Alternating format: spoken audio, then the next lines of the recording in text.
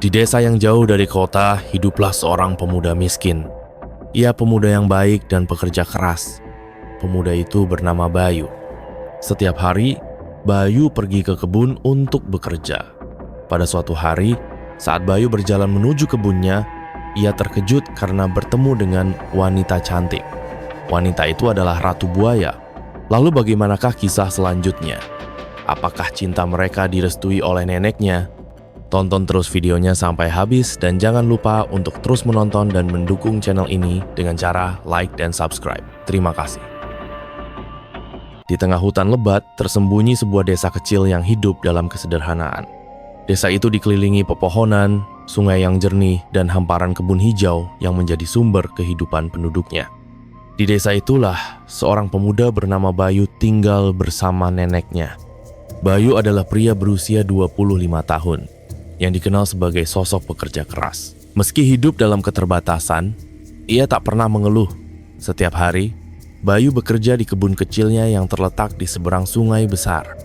Dengan rambut pendek dan tubuh yang kekar, karena terbiasa bekerja keras, ia menjadi sosok yang disukai masyarakat. Tidak hanya tampan, Bayu juga terkenal baik hati, ramah, dan memiliki kecerdasan yang membuatnya berbeda dari pemuda lain di desa. Ia tinggal di sebuah rumah sederhana. Hanya neneknya yang menjadi satu-satunya keluarga yang ia miliki. Setelah kedua orang tuanya meninggal saat ia masih bayi. Nenek Bayu sudah tua dan sering sakit-sakitan, membuat Bayu semakin bertekad untuk bekerja lebih keras demi mencukupi kebutuhan mereka. Suatu pagi, setelah menyelesaikan sarapan sederhana bersama neneknya, Bayu berangkat ke kebun. Ia melangkah menyusuri jalan setapak, melewati sungai yang airnya bening berkilauan tertimpa cahaya matahari. Saat hendak melangkah ke tepian sungai, ia dikejutkan oleh suara rintihan pelan. Matanya segera mencari sumber suara tersebut, hingga akhirnya menemukan seorang wanita cantik yang tertimpa batang kayu besar. Wanita itu mengenakan kain sutra yang berkilauan seperti emas, dengan rambut panjang tergerai indah. Tanpa berpikir panjang, Bayu berlari dan mengangkat batang kayu yang menindih kaki wanita itu. Dengan tenaga yang besar, ia berhasil membebaskan wanita tersebut. Wajahnya tampak pucat dan penuh rasa sakit. "Apakah kau baik-baik saja?" tanya Bayu dengan nada khawatir. Wanita itu mengangguk pelan, tetapi jelas terlihat bahwa ia masih kesakitan. Tanpa ragu, Bayu segera mengambil air dari sungai dengan kedua tangannya dan memberikannya kepada wanita tersebut. Wanita itu menerima air itu dengan tangan gemetar dan meminumnya perlahan. Setelah beberapa saat, ia mulai terlihat lebih baik. Wanita itu menatap Bayu dengan mata penuh syukur dan berkata, "Terima kasih sudah menolongku. Namaku Ratna." "Siapa namamu, pemuda baik?" "Aku Bayu," jawabnya singkat sambil tersenyum. Tanpa mereka sadari, sebuah kisah besar baru saja dimulai. Sejak hari itu, Ratna sering menemui Bayu di tepi sungai. Mereka berbincang dan saling mengenal satu sama lain. Bayu terpesona dengan kecantikan dan kelembutan Ratna, sementara Ratna semakin kagum dengan ketulusan serta kebaikan hati pemuda desa itu. Setiap kali mereka bertemu, Ratna selalu membawa buah-buahan hutan atau bunga-bunga liar yang tumbuh di tepi sungai. Bayu menerima hadiah-hadiah kecil itu dengan senyum hangat. Ia mulai menyadari bahwa kehadiran Ratna membuat harinya lebih berwarna. Percakapan mereka tidak hanya tentang kehidupan sehari-hari, tetapi juga tentang mimpi dan harapan masing-masing. Namun, ada rahasia besar yang belum Bayu ketahui. Ratna bukanlah wanita biasa. Ia adalah Ratu Buaya, penguasa sungai yang memiliki kekayaan dan kerajaan di dalam dunianya. Di kedalaman sungai yang tenang, ia memiliki istana megah yang tidak terlihat oleh mata manusia. Namun, karena kebaikan Bayu, Ratna tak bisa menahan perasaannya. Ia jatuh cinta pada pemuda desa yang sederhana itu. Suatu sore, saat matahari mulai condong ke barat dan menciptakan semburat jingga di permukaan air, Ratna menatap Bayu dengan tatapan yang dalam. Ada keraguan di matanya, tetapi juga keberanian yang menguat dalam hatinya. "Bayu, aku mencintaimu," ucap Ratna suatu hari dengan suara lembut namun penuh ketegasan. Bayu terkejut. Ia tak pernah mengira bahwa wanita secantik dan anggun seperti Ratna bisa mencintainya. Jantungnya berdebar kencang, dan ia merasa campuran antara bahagia dan bingung. Namun, ia tahu ini bukan keputusan yang bisa ia buat sendiri.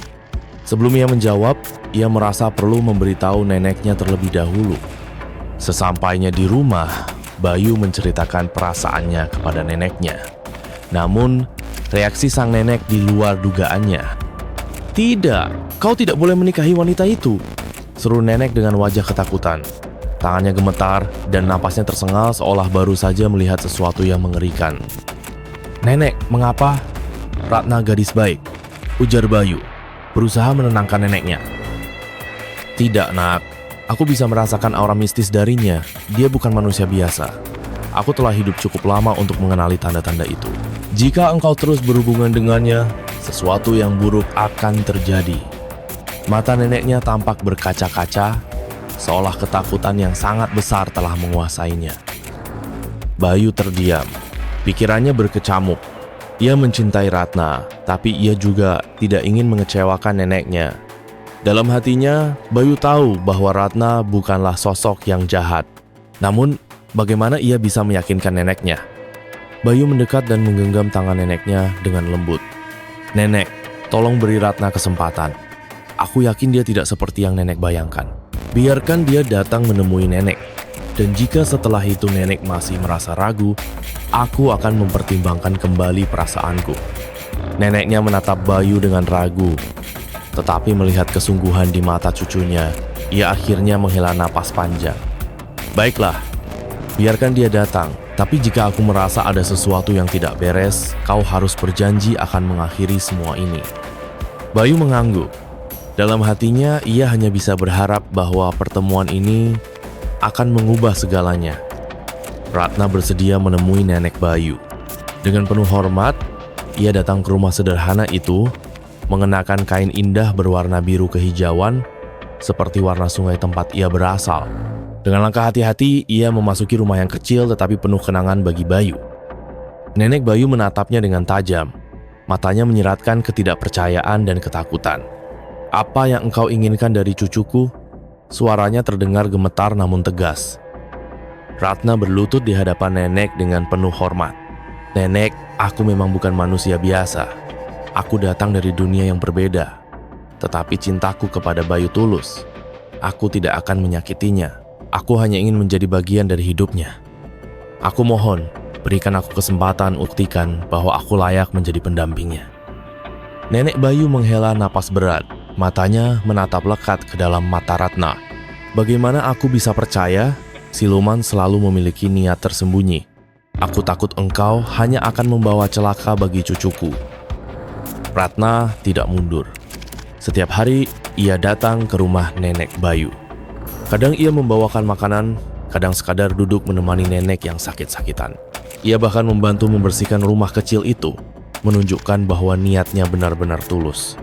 Pada suatu malam, nenek Bayu jatuh sakit parah. Tubuhnya demam tinggi dan ia nyaris tak sadarkan diri. Bayu panik, tetapi Ratna tetap tenang. Dengan air sungai yang telah diberkati, Ratna merawat nenek dengan sabar. Dalam hitungan jam, suhu tubuh nenek perlahan turun dan ia mulai sadar kembali. Saat nenek membuka matanya, ia melihat Ratna duduk di sisinya dengan wajah penuh kecemasan. Air mata menetes di pipinya. "Mengapa engkau masih di sini?" tanya nenek dengan suara lemah. Ratna menggenggam tangan nenek dengan lembut. "Karena aku mencintai Bayu, dan aku juga ingin nenek menerimaku sebagai bagian dari keluarga ini. Aku tidak ingin melihat nenek sakit. Aku tidak akan pernah menyakiti siapapun yang Bayu cintai." Nenek Bayu terdiam lama. Di dalam hatinya ia merasa tersentuh. Tak pernah ada orang lain selain Bayu yang begitu peduli padanya. Perlahan pertahanannya mulai runtuh. Ia menatap Ratna dengan mata berkaca-kaca. "Aku tidak tahu apakah aku benar bisa menerimamu sepenuhnya, tetapi aku tidak bisa mengabaikan kebaikan hatimu. Jika kau benar-benar mencintai Bayu dan ingin menjadi bagian dari keluarganya, aku tidak akan melarangnya lagi." Ratna tersenyum bahagia, sementara Bayu yang mendengar kata-kata neneknya langsung memeluknya dengan haru. Akhirnya, ketulusan cinta Ratna berhasil meluluhkan hati nenek Bayu. Sayangnya, kabar pernikahan mereka tersebar di desa, dan masyarakat menolak kehadiran Ratna. Mereka takut karena mengetahui identitasnya sebagai Ratu Buaya. Mereka khawatir Ratna akan membawa bencana bagi desa. Setiap malam, warga berkumpul di balai desa, membicarakan kemungkinan buruk yang bisa terjadi. Beberapa orang bahkan mulai menghasut untuk mengusir Ratna dari desa. Pada suatu pagi, saat Bayu dan Ratna berjalan di pasar desa, beberapa orang mulai berbisik-bisik. Seorang pria tua, Pak Dharma, dengan wajah penuh ketakutan berkata, "Dia bukan manusia. Kita harus berhati-hati." Ibu-ibu di desa mulai menarik anak-anak mereka menjauh, sementara pemuda-pemuda menatap Ratna dengan curiga. Tidak sedikit yang mulai menebar fitnah menyebut Ratna sebagai siluman yang akan mencelakai desa. Bahkan kepala desa memanggil Bayu dan menyarankan agar ia membatalkan pernikahan itu demi kebaikan bersama. Namun, Ratna tidak marah ataupun membalas dendam. Ia justru menunjukkan kebaikannya dengan membantu warga desa.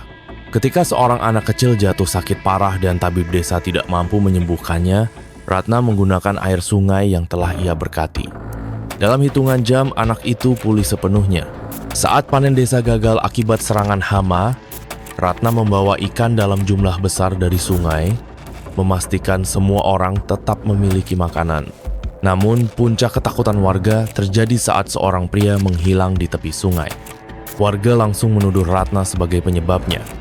Massa mulai bergerak menuju rumah Bayu dengan membawa obor, siap mengusir Ratna. Bayu dengan gagah berdiri di hadapan rumahnya, melindungi istrinya dengan tubuhnya sendiri. "Dengar aku, Ratna bukan musuh kita.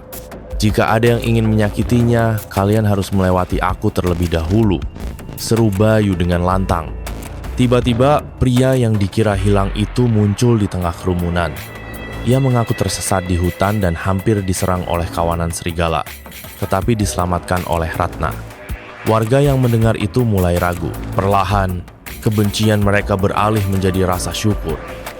Perlahan, warga desa mulai menyadari bahwa Ratna bukanlah ancaman, melainkan berkah bagi desa mereka.